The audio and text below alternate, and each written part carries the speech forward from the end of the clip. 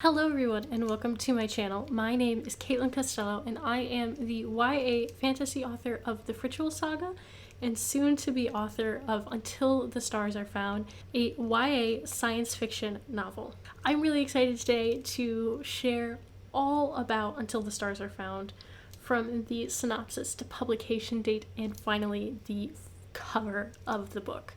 We're also going to be touching on some of your questions that you sent me on social media and some things that I'm just really excited to share with you. Who do you trust when the system fails? This is the catchphrase or the log line for Until All the Stars Are Found, and it will be made very apparent what all these systems are that are failing when you get to the end of the book, because there is so many things that are in place for our main character Ada that she tries to follow and they just go wrong. So before we get into some of the other fun details, I am going to share with you the synopsis of the book because it'll be a little bit easier to explain some of the things once you know generally what's going on in this book. If you see me looking down, I'm looking down at my computer. Joining the Galactic Garrison was one of the best decisions Ada Gomez ever made for herself. Or so she thought. Orphaned with her brother Sarkis in the foster system who she can't claim custody of, a guardian who is days from kicking her out, and no job. There is nothing left for her on planet Earth. The only thing going for her is that she has made it. After 3 years of work, she is qualified to begin training for the esteemed Special Operations Team of the Galactic Garrison and on their space station. Joining the Spec Ops division is a chance for her to start over, to make a name for herself, and if she plays her cards right, maybe Ada can get Sarkis back. But her journey is just beginning. Being part of the Spec Ops isn't easy. It isn't supposed to be. Any sign of weakness is squashed. Fear is the devil. And hesitation is worse than death. But some of the trainings don't add up. Any semblance of structure? Ada's pretty sure she left that back on Earth. Ada and her team do their best to put the pieces together and figure out what exactly is going on, and to roll with the punches, both mentally and physically, to come out on top. Little do they know, the hardest test is yet to come, because this year, everything is different. So that gives you a little idea of what exactly Ada is going to be going through within the Galactic Garrison. And so I want to talk a little bit about some of the different aspects of it that you might like, you might not like, depending on what kind of fiction you like. So this book, I would say, is most comparable to a Ender's Game, Aurora Burning, Aurora Rising sort of book. Those were some pretty big influences as I was working on it, as far as books go. Like I said, it is a military academy, so there will be some elements of fighting and violence, and also this one is definitely more marketed to upper YA versus lower. I feel like it's more lifelike, especially compared to the friends that I know that are within the military. If you do not like cursing or swearing of any kind, and if that puts you off, then this is not the book for you. The first line of the book is, "Running without gravity is really fucking weird." I think it's a pretty good first line, but if you don't like swearing, that gives you an idea of what this book is going to be like. I love it. So this book is heavily influenced by the science fiction that I consumed as a child. I have, from a very early age, started consuming science fiction thanks to my parents, to the point where my first movie I ever saw in theaters was Star Trek First Contact, and the Borgs, and Resistance is Futile, and all of that. I was like 6 months old at the time, maybe even younger, so I don't actually remember seeing it there. And apparently I was so quiet and so entertained by the flashing lights and the bright things and the phasers and everything going wrong that I didn't make a puke through the entire movie to the point where people didn't know I was there. So that's my history, like, from an early age, and I've grown up with Star Trek and Star Wars and Stargate and Doctor Who and so many things that they show up in different ways. So going into your questions, what was the easiest scene for me to write? And I don't think I have a really good answer for this. I've been thinking about it for a couple days. I think easy in the way that I knew what I wanted to happen was one of the very last scenes in the book, and that's because that was the scene that created the book. It was the scene that I remembered, and then I had to work backwards to figure out how did we get there, who were these characters, why did they care about each other, why should we not like the big bad, like, all of those things came after the finale scene. So in that way, the scene was easy, but it was also really hard because emotionally it's a difficult scene. I think also fairly easy were the scenes with Ada's brother Sarkis, just because I have my own little brother and I work, I mean, not this year with everything with the pandemic, but I usually work fairly closely with kids in theater, so I see how they react to different things and how they talk, and so those scenes were a little bit easier to write. The harder scenes, because of their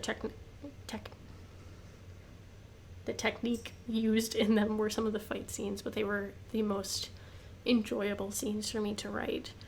I really, really enjoy writing fight scenes and breaking down how exactly people are punching and shooting and fighting and all of those elements. But I have to say, the hardest scenes for me to write, and they were rewritten several times this go around because I'm not good at them, were the romance scenes and the lovey-dovey scenes and more emotional based scenes. I am super lame. I cannot flirt. I have no game. I am just an awkward bean. You can ask my partner. I am such an awkward bean. So those scenes were really hard for me to write. Like, I would write it and I would think it'd be great and it's smexy and it's cool. And then I'd come back a couple weeks later and review it and I'd be like, this is so cringy. This is awful. So those are some of the harder scenes for me to write and easy. This book is one that really tested my limits as a writer, and for that I am so grateful. The parts I am most excited for my readers to get to. Honestly, the whole thing. I'm just so excited for this book to come out. I think it's one of the best things that I've ever written. I did pat myself on the back. I think I did really good with this one. But I think I'm most excited for my readers to get to the training scenes, or the testing scenes, because while Ada is with the Galactic Garrison, she has to make certain standards in order to be a member of the Special Operations Division. So there is a series of tests that her and all of the other students have to go through. And those were really fun to write because when I am writing and creating, I see the scenes very clearly in my head, almost like it's a movie. So those scenes were the ones that I could see the most clearly. There's one scene fairly early on, the first test after it's like chapter 8 or so. I don't want to give too much away, but like chapter 8 or 9. That scene was so clear in my head, but it was really hard to translate to the page just because it was a very plain scene, but the ramifications of it were intense. So that and all the other training scenes, I'm really excited to see people's reactions to them, just because they were complex both mentally and emotionally. So what were the inspirations and how were they different from the Fritchwell Saga versus Utsaf? So different. so different. The Fritchwells was very specific, was completely based off of a dream that I had after listening to Robert Jordan's The Wheel of Time series. And again, there was a dream that I had where it was very clear. It's the scene where Ada loses Paulo, not Ada, Shauna loses Paulo in the first book was the scene where I had a dream about it. So in that way, they're both inspired by dreams, but Until All the Stars Are Found is very hard for me to pinpoint exactly where it came from. For example, the Galactic Garrison can best be compared to a mashup of Star Trek, Stargate, and G.I. Joe, and mash them together, and that's your Galactic Garrison, where the company was founded to be a scientific thing where they were going to go and explore the galaxy and get to know the different peoples. But then military aspects had to come in. So it's kind of my logline for adults is it's Star Trek / Stargate meets G.I. Joe if nobody listened to Dr. Daniel. And just Hamlin got his way all of the time. If you're an adult or someone older, let me know. I remember watching the Stargate movie when I was like 5.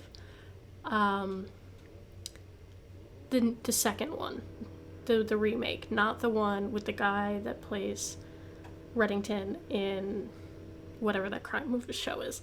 The other one. The newer Daniel, I say, as the show came out in the early 2000s. But that was my log line for a while.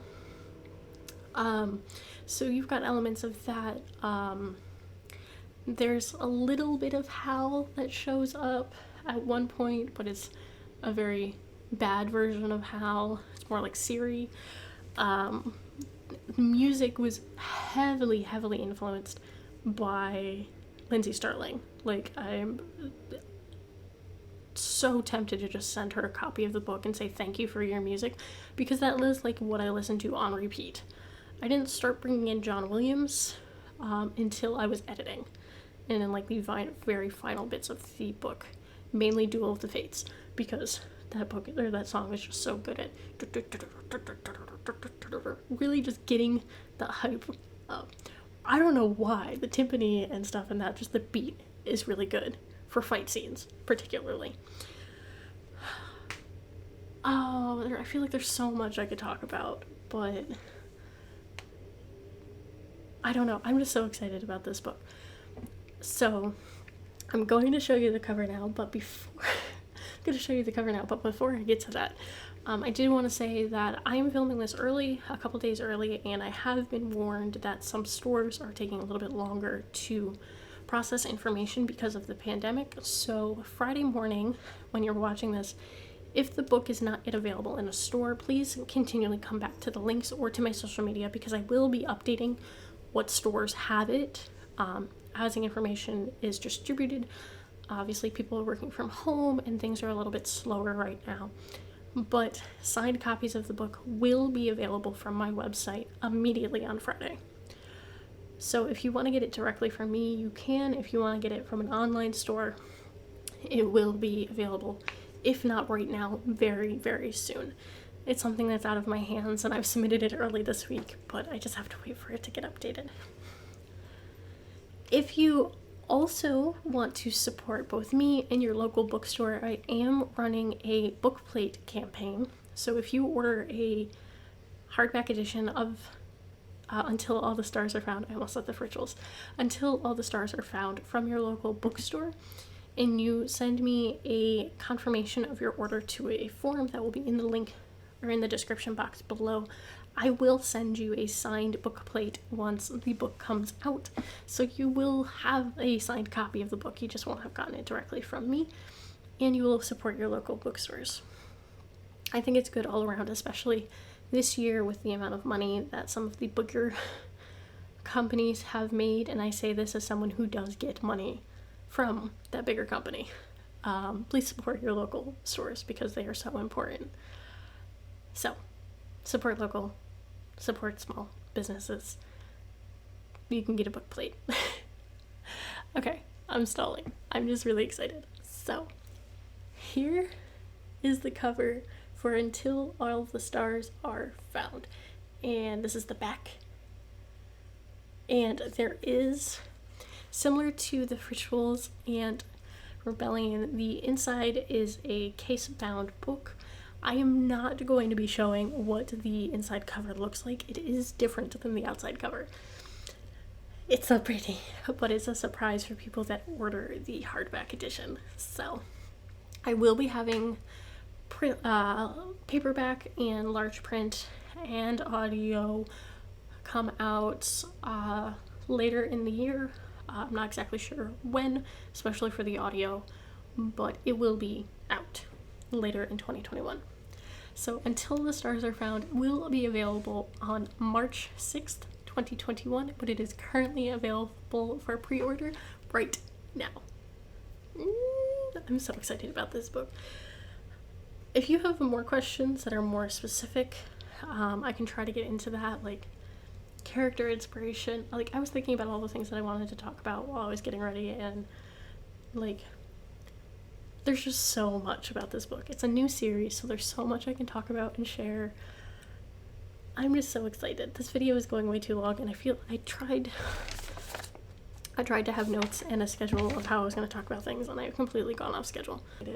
Like, I've said it before, but I have been wanting to release the information for this book for about a month now, but I didn't have all of the information, so I couldn't release it, which is probably a good thing.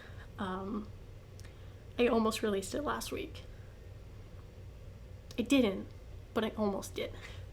So again, this is a beautiful cover. Jane did an amazing job on it this time around, and I'm just so heckin' excited. Hit the subscribe button if you want to be notified when I post more videos. I post mainly day in the life vloggy videos on this channel, and then on my new channel, Scripturient Press, is where I'm going to be transferring all of my educational content for the future. Also, you can follow me on at author Katelyn Costello on Facebook and Instagram. And I think that is all for right now. Thank you so much for your support. Without you, I wouldn't be able to produce these books or any of this content, and it makes me really happy. So thank you. I love you all, and I will see you very soon with another video. Bye!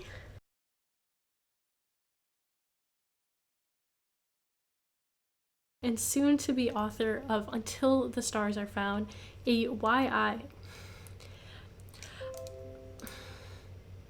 Orphaned with her brother Sarkis in the foster system. And there is a UPS truck right outside my door.